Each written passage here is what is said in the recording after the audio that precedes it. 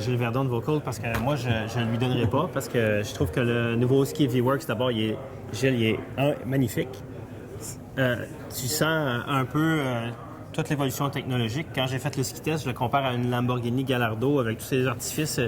En fait, moins d'artifices, on a enlevé du poids et c'est Colin Chapman qui a raison de dire que le poids est l'ennemi en voiture.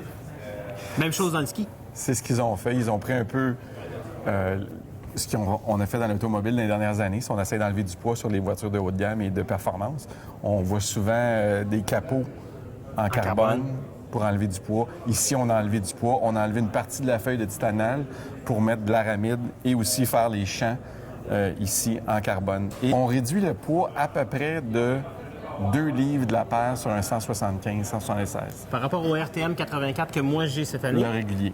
Le but de la chose, c'était vraiment de dire on fait un ski qui réagit plus.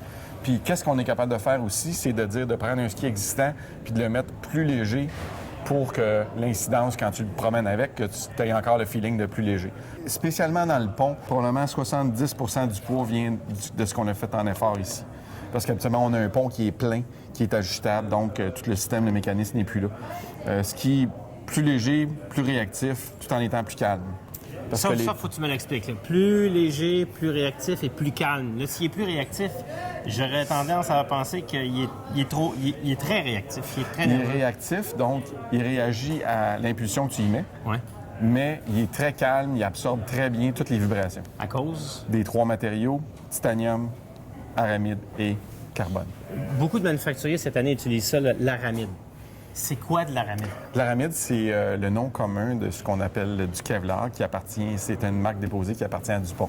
D'accord. C'est pour ça qu'on utilise. C'est du Kevlar. Comme on retrouve dans certaines voiles ou certaines... Oui, c'est un matériel qui est utilisé à plusieurs sauces maintenant. Ce ski-là est très agressif au niveau look et design. La réaction des gens sur la piste, c'est un ski qui, en plus, a gagné des prix. Au niveau du design, bien, au niveau design et technologie, oui. c'est la part des deux.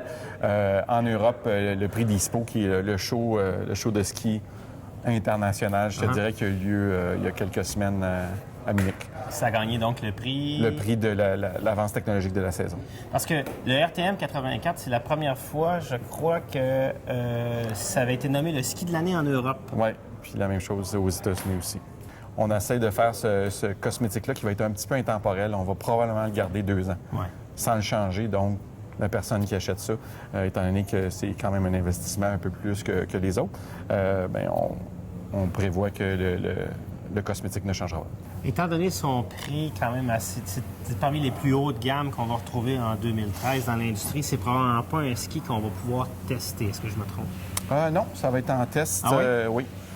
Les clients vont avoir la chance de les tester sur les pentes dans certains magasins, les détaillants V-Works, qui vont être attitrés à tester ces skis-là. Alors, c'est une invitation qu'on lance aux gens d'abord à découvrir le produit en fouillant sur Internet tous les renseignements qu'on peut trouver, en regardant un nouveau Mon Ski Test qui va se retrouver aussi sur le site web et en venant l'essayer dans les boutiques V-Works. Gilles? Au garçon, on est un. Merci. Merci beaucoup.